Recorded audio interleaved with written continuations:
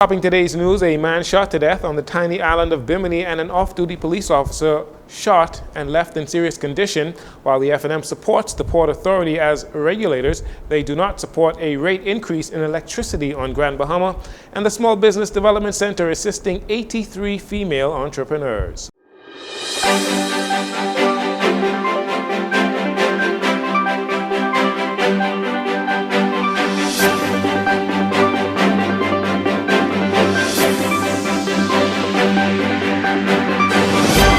Good evening, Bahamas. I'm Jcn Saunders. This is your JCN Evening News. It is a pleasure to have you join us. Shortly before 1 p.m. today, police informed the media that there was a shooting that took place on the island of Bimini, North Bimini in fact, and additional details would be forthcoming.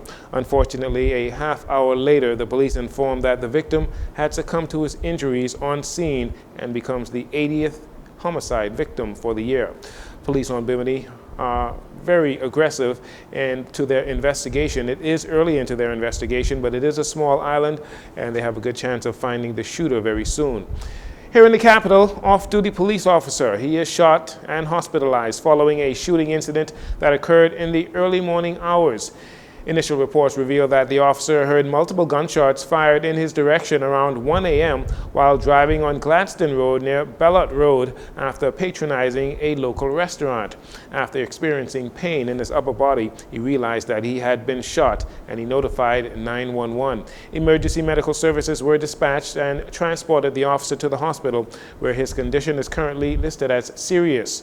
Anyone with information about this incident, you're urged to contact the police at 502-9991 or 2. You can remain anonymous and call them at Crime Stoppers 328-TIPS, 328-8477.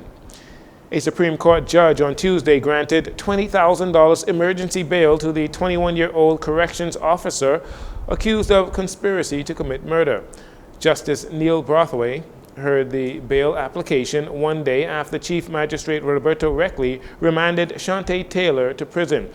Taylor, 21 years old, is accused of conspiring to kill Elvado Thompson, who was gunned down in front of her home in Pine Crest, that's in the southern part of New Providence. Taylor was granted emergency bail because she reportedly has anemia, and the prosecution had no objection to her release. Taylor is scheduled to appear before Reckley on January 30th, 2025 to receive a voluntary bill of indictment. In addition to Taylor, police have charged 4 men with Thompson's murder. Also, a teen charged with illegal gun possession on Tuesday. He was granted $7,000 bail. The defendant's name had to be withheld because he's only 17 years old. Prosecutors allege that the teen was found in possession of a black Austria Glock 40mm pistol along with 10 unfired rounds of ammunition. He denied the charges when he appeared before the magistrate, Magistrate Algernon Allen Jr. As a condition of bail, the teen has he has a curfew now between 7 p.m. and 7 a.m. The matter has been adjourned until October 23rd for trial. After both Prime Minister Philip Davis and Minister of Foreign Affairs Fred Mitchell criticized the leader of the official opposition, Michael Pintard, for being, quote, quiet as a lamb, end quote, in regards to the recent 6.3% base rate increase on electricity by the Grand Bahama Power Company and whether the Grand Bahama Port Authority is the legitimate regulator. On Thursday, Mr. Pintard wanted to make it clear that the opposition does not support a rate increase at this time. But we do not support the rate increase. Given the conditions in Grand Bahama at the moment, we do not believe that anyone who's acting with a good conscience would want to pile additional expenses on the head and on the backs of Grand Bahamians. And unfortunately, the Grand Bahama Power Company is considering this at a time when they are having some strategic challenges in terms of reliability of electricity. And while they may, or others may argue, it's not as bad as BPL, the reality is that this is not the appropriate time. Mr. Pintard was speaking as a call-in guest on the popular radio talk show Morning Blend with host Dwight Strawn. In regards to the FNM's support for the Hawksbill Creek Agreement and the Grand Bahama Port Authority, he said the Grand Bahama Port Authority is the legitimate regulator for the Grand Bahama Power Company and not IRCA. Mr. Pintard said the public in Grand Bahama is not pleased with the level of production by the government or the Grand Bahama Port Authority. He said if the government wants to make changes to the Hawksbill Creek Agreement, there is a proper way to go about it and not bullish the way the government is handling the GPPA right now. Mr. Pintard left an open invitation for Prime Minister Philip Davis or Minister Fred Mitchell to discuss publicly the circumstances and the best way forward for the relationship between the Grand Bahama Port Authority and the government. At first, most Bahamians were not happy with the thought of a rate increase at the National Insurance Board, but since the increase came into effect on July 1st, there has seemingly been no real pushback on the idea shared between the employees and the employer. Minister of Immigration and National Insurance Alfred Sears said the process has relatively been a smooth one.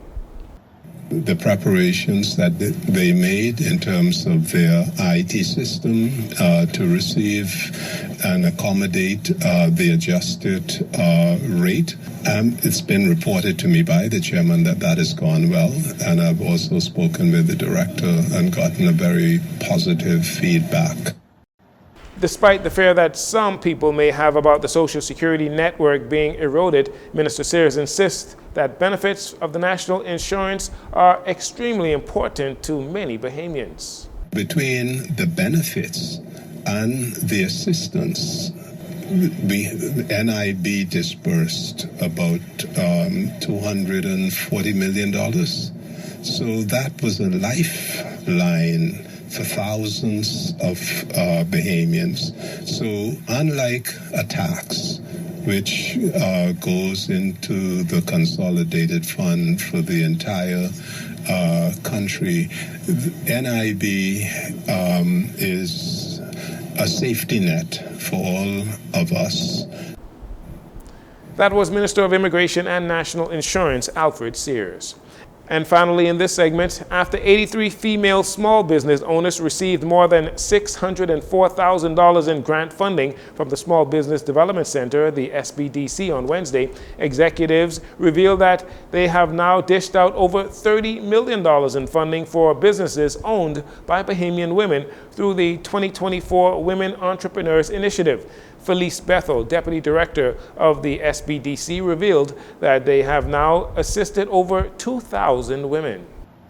Since all of today's awardees are first-time grant recipients, the number of funded businesses owned by women has now officially increased from 1,139 to 1,222. As well, $29.8 million in approvals has jumped to $30.4 million in approvals for women-owned businesses.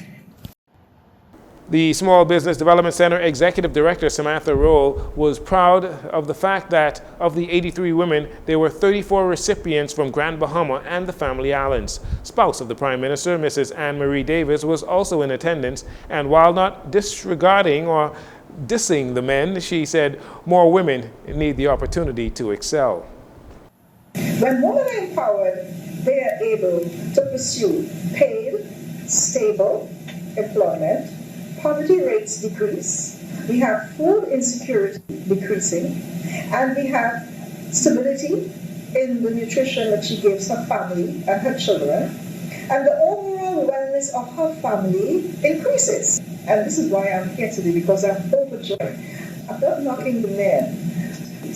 Men have given us opportunities from time immemorial, and we thank you for that. But we women have to move forward and continue to do so.